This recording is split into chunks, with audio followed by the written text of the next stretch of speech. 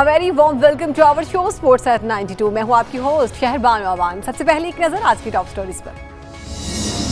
Australia के पहले मुसलमान क्रिकेटर उस्मान ख्वाजा के मंगेतर ने इस्लाम कबूल कर लिया। शाहीन अफरीदी की पीएसएल ने किस्मत बदल दी। आलमी शोहरत याफ्ता गोलकीपर मंसूर अहमद शदीद अलील, वज़ीर आज़म से मदद की अपील। मुल्तान सुल्तान के मैनेजर ने शिकस्त की वजूहात बता दी। सबसे पहले बात करते हैं पाकिस्तानी नयाद ऑस्ट्रेलवी क्रिकेटर उस्मान ख्वाजा के मंगेतर रेचल मैकलेलन ने इस्लाम कबूल कर लिया है। ऑस्ट्रेलवी क्रिकेटर टीम की नुमाइंदगी करने वाले पहले मुस्लिम क्रिकेटर उस्मान ख्वाजा की 22 साला मंगेतर ने इस्लाम कबूल कर लिया, जिनका कहना है उन्होंने ये फैसला खुद किया है। उस्मान या उनके अहल खाना का कोई दबाव नहीं था। रेचल का ताल्लुक ऑस्ट्रेलिया के शहर ब्रिस्बेन से है और दोनों गुज़िश्ता 1 साल से राब्ते में थे, जबकि उस्मान ख्वाजा और रेचल अगले माह शादी के बंधन में बंध जाएंगे। इसी पर देखिए ये रिपोर्ट।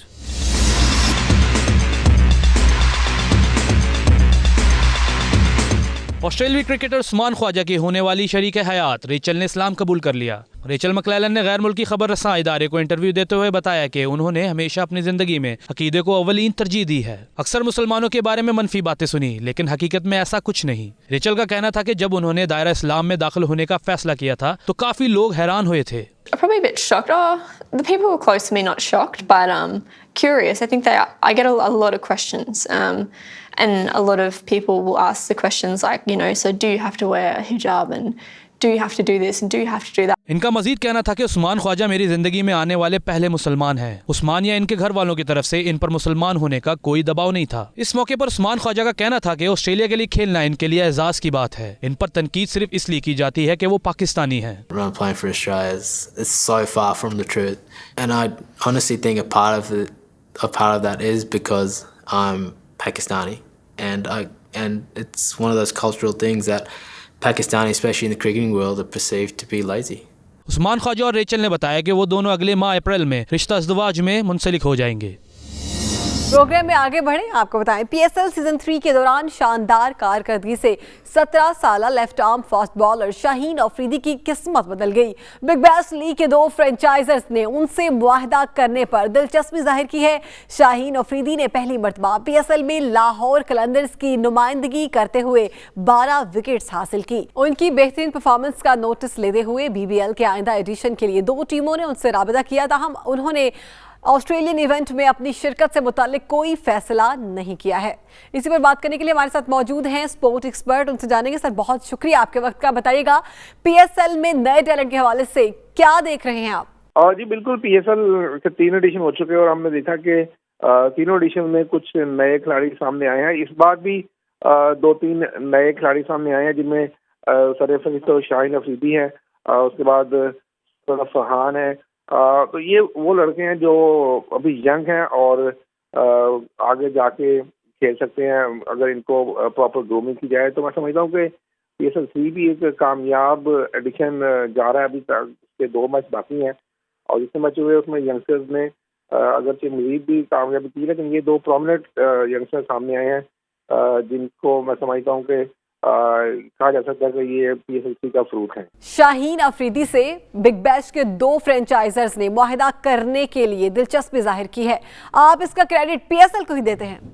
देखिए, पीएसएल का क्रेडिट भी दिया जाता है, लेकिन एक बात याद रखें कि जो कोई भी लड़का आता है वो डायरेक्ट पीएसएल नहीं खेलता, उससे पहले उसने काफी क्रिकेट खेली होती है। शाहीन अफरीदी अभी जूनियर वर्ल्ड कप खेल के आए हैं, वहाँ भी उन्होंने परफॉर्म किया और वहाँ भी नुमाया जो है वो फास्ट बॉलर हैं पूरी दुनिया में। और अब क्योंकि जो पीएसएल थी इसको लाइव कवरेज पूरी दुनिया में दी जा रही थी और उस पर सीनियर प्लेयर्स खेल रहे थे और वहाँ शाहीन अफरीदी ने परफॉर्म करके 12 जो है वो विकेटें हासिल की हैं। तो मैं समझता हूँ कि डेफिनेटली इससे एक्सपोजर मिला उनको वर्ल्ड वाइड और जो पूरी दुनिया की नजर थी वो उन पर पड़ी। तो इस हवाले से तो पीएसएल को क्रेडिट देना पड़ेगा कि उन्होंने एक यंगस्टर को जो सा वो एक्सपोज किया ताकि पूरी दुनिया उसको देख सके। और अब बिग बैश की चूँकि एक बड़ी लीग है, वो भी जिस तरह आईपीएल है, पीएसएल है, तो बिग बैश की एक बड़ी लीग है, वहाँ भी दुनिया भर से खिलाड़ी है। तो मैं समझता हूँ ये एक बड़ी एजाज की बात है शाहीन अफरीदी के लिए कि इतनी छोटी उम्र में उसको बिग बैश में ऑफर होगी और ये PSL का कमाल जा सकता है। ठीक है सर, ये भी बताइएगा, आप समझते हैं कि PSL नए टैलेंट के हवाले से कितना खुशाइंद प्लेटफॉर्म है? बिल्कुल, PSL जैसा मैंने पहले कहा जो है ये ना सिर्फ यंगस्टर्स के लिए बल्कि ये सीनियर प्लेयर्स के लिए भी जो है एक प्लेटफॉर्म है। आपने देखा कि कई प्लेयर्स हैं वो जब एक कंपटीशन में खेलते हैं तो उनकी फॉर्म भी वापस आती है। हमारे सामने जो है वो मुख्तलिफ खिलाड़ियों की मिसाल है, कामरा अकमल उसमें सरे से जिन्होंने वाद सेंचुरी कर रखी है। तो शुरू में उनका भी जो था वो परफॉर्मेंस कोई इतनी अच्छी नहीं, लेकिन जो मैच आगे बढ़ते गए परफॉर्मेंस देते गए। आसिफ अली है वो भी आज के नए लड़के नहीं है, वो 10 साल पहले भी खेल रहे थे, तो उनकी भी जो है फॉर्म वापस आई। तो इसी तरह जो नौजवान खिलाड़ी हैं यकीनी तौर पे उनको भी इससे बड़ा फायदा होता है और जब वो कंपटीशन में आते हैं खेलते हैं तो उनका जो है वो भी खेल निखर के सामने आता है। तो मैं समझता हूँ कि यंगस्टर्स के लिए डेफिनेटली दुनिया में अपना को बनवाने के लिए PSL एक बड़ा प्लेटफॉर्म है और इससे लड़के फायदा भी उठा रहे हैं। माजी में भी कौमी टीम में आए और इस बार भी कहा जा रहा है कि एक दो लड़के हैं वो में खेलते हुए नजर आए पाकिस्तान क्रिकेट टीम में। क्या आप नहीं समझते कि PSL में अगर देखा जाए बैटिंग की निस्बत बॉलिंग का टैलेंट ज्यादा नजर आया है? बॉलिंग बैटिंग में समझो दोनों का ही टैलेंट सामने आया, लेकिन चूंकि जो दो लड़के प्रोमिनेंट परफॉर्म करके हैं उनमें से वैसे मैंने कहा कि साहबजादा जो है वो बैट्समैन है जबकि अफरीदी जो है वो बॉलर है। तो टैलेंट जो होता है वो बॉलिंग में हो चाहे बैटिंग में हो।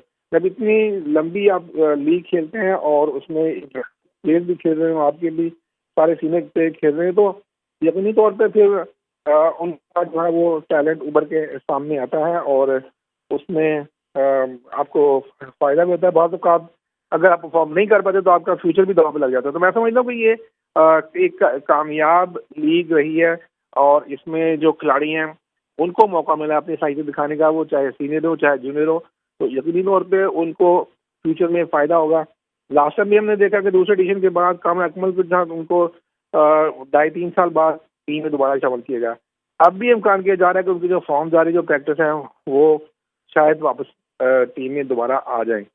तो मैं समझता हूँ कि ये जूनियर सीनियर दोनों के लिए ही फायदेमंद रहता है। PSL को बेहतर करने और दूर दराज के इलाकों से नौजवानों को आगे लाने के लिए क्या इकदाम करने होंगे? देखें, एक तो ये ध्यान में रखें कि जो PSL है ये पाकिस्तान क्रिकेट बोर्ड का डोमेस्टिक टूर्नामेंट तो है, लेकिन ये फ्रेंचाइजीज हैं और जो 6 फ्रेंचाइजी खेलने में तमाम की तमाम इंडिपेंडेंट है, वो आज़ादाना तौर पर अपने लड़कों को चूज करते हैं, पिक करते हैं, ड्राफ्ट होता है, आपको पता है। तो ये इसमें पाकिस्तान क्रिकेट बोर्ड का तो स्वाय उनको सहूलतें देने के कोई रोल नहीं है। हमने देखा कि लाहौर कलंदर जो थी वो भी उनको एक्टिविटी पूरे साल जारी रही, दूर दराज इलाकों में गए, कश्मीर तक गए, पूरे पंजाब में वो फिरते रहे, उनको इवेंट्स करवाए, लड़के ढूंढे। इस तरह दूसरी टीमें जो है वो भी इस्लामाबाद यूनाइटेड ने भी अपने एरिया में जो था वो काम किया, कराची किंग्स ने काम किया, मुल्तान सुल्तान अब कह रहे हैं कि वो भी इसी जगह पे चलेंगे। तो पाकिस्तान क्रिकेट बोर्ड ने जो फ्रेंचाइज है उनको इलाके बना दिए ताकि उनके आपस में कोई क्लैश ना हो। तो यकीनी तौर पे पूरा साल अब प्लान वो करेंगे अपनी एक्टिविटीज करने के लिए, नौजवान खिलाड़ियों को ढूंढने के लिए, ताकि इसमें जो है वो अगला जब एडिशन हो तो उनके पास मजीद बहुत सारे खिलाड़ी हों। और ये पाकिस्तान क्रिकेट बोर्ड उनको इंफ्रास्ट्रक्चर प्रोवाइड करता है, ग्राउंड प्रोवाइड करता है। तो मैं समझता हूँ कि यही उनका काम है, वो करते रहे, उनको फैसिलिटेट करेंगे यकीनी तौर पे पंचायत को, तो वो मजीद काम करके नए खिलाड़ी सामने लेके आएंगे। ठीक, बहुत शुक्रिया सर आपके वक्त का। अभी वक्त हुआ एक ब्रेक का, हमारे साथ रहिए।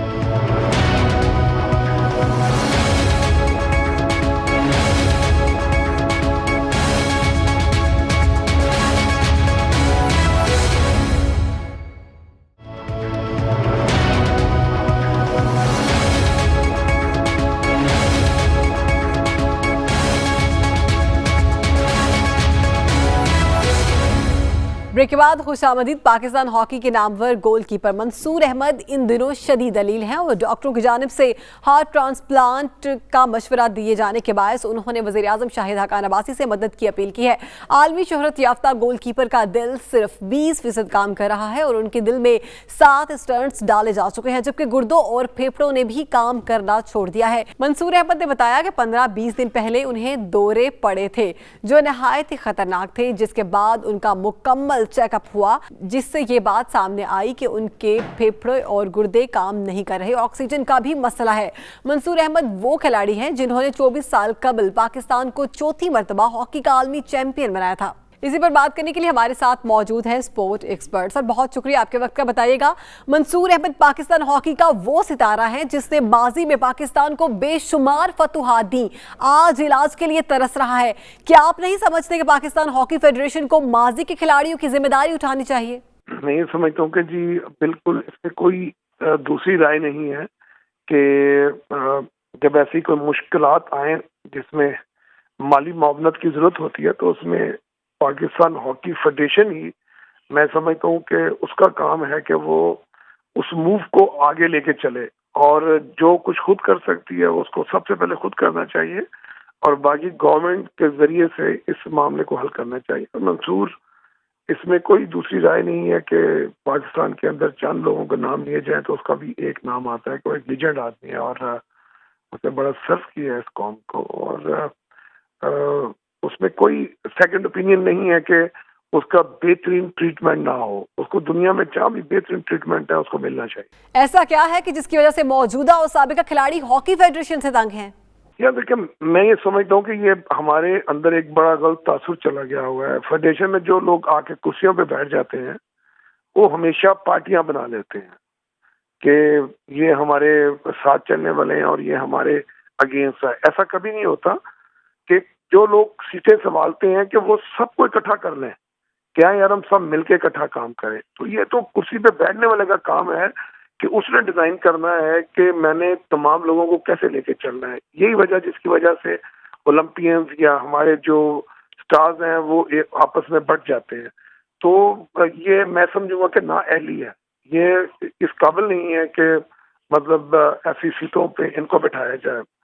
और गवर्नमेंट हो गया, पाकिस्तान आर्मी हो गया, इनको ऐसे इश्यूज को देखना चाहिए। हॉकी नेशनल स्पोर्ट्स है और हमेशा ही नेग्लेक्ट किया जाता रहा है उसको, और हमेशा जिसके अंदर पावर होती है वो आके इस कुर्सी पे बैठ जाता है, वो चाहे पार्टी में हो या वो कोई सियासी आदमी हो, आके इसको संभालता है। तो ये नहीं होना चाहिए।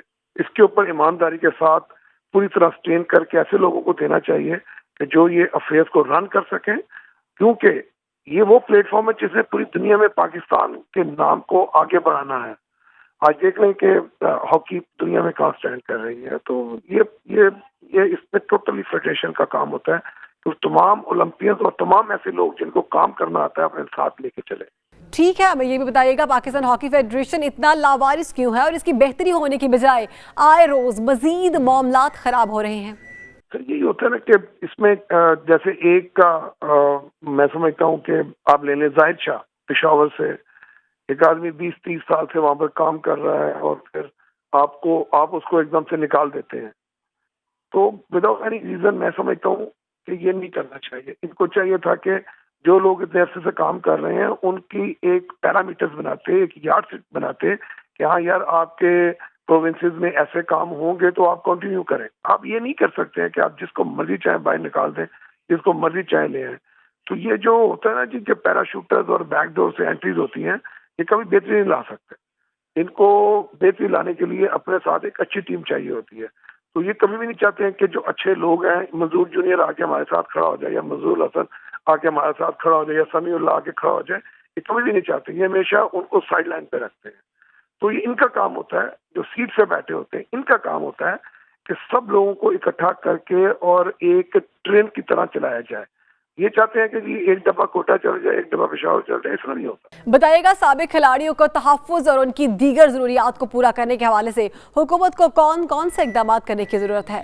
देखिए, मैं समझता हूँ कि अपना एक बड़ी खुशआइन चीज़ है कि जैसे चीफ मिनिस्टर पंजाब शहबाज शरीफ साहब ने एक एंडोमेंट फंड बनाया हुआ है और वो गवर्नमेंट ऑफ पंजाब ने ऑलरेडी प्रूव कर दिया हुआ है। स्पोर्ट्स बोर्ड ने भी मंसूर वाला जो इशू है उसको टेकअप कर लिया हुआ। जो पंजाब स्पोर्ट्स बोर्ड है, मेरे जरिए से उन्होंने मेरे से नंबर्स लेके मंसूर की सिस्टर के साथ बात करके उनको कहा है कि जी हमारे से जो भी मामला होगी हम करेंगे।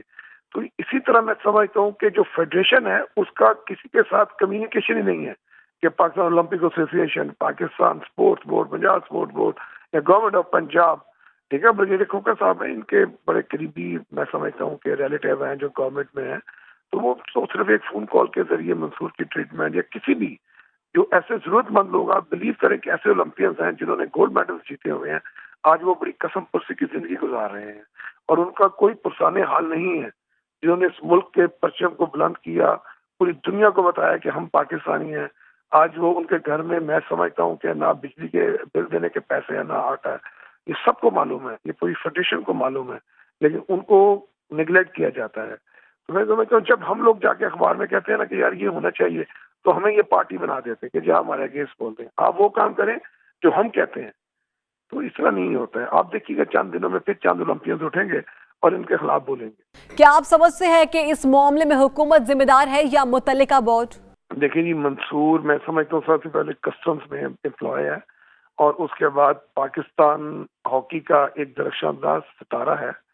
इस केस को फौरी तौर पर पहले दिन ही जब वो एडमिट हुआ था, बल्कि सिंस 3 साल 4 साल से बीमार है यार, ये फेडरेशन का काम था कि उसको बुला के बाप बन के उसको कहती है यार तुम्हारे क्या क्या मसले हैं हम हल करते हैं।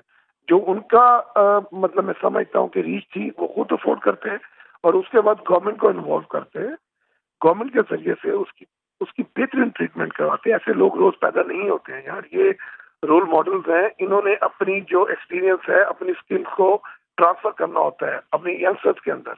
तो यार एक ऐसा बंदा जो है उसकी ट्रीटमेंट ना हो सके इस मुल्क के अंदर, जहाँ पर अरबों रुपया लोग लोन लेके और राइट ऑफ करा लेते हैं, खा जाते हैं, वहां पर आप 1 करोड़ रुपया नहीं खर्च सकते यार।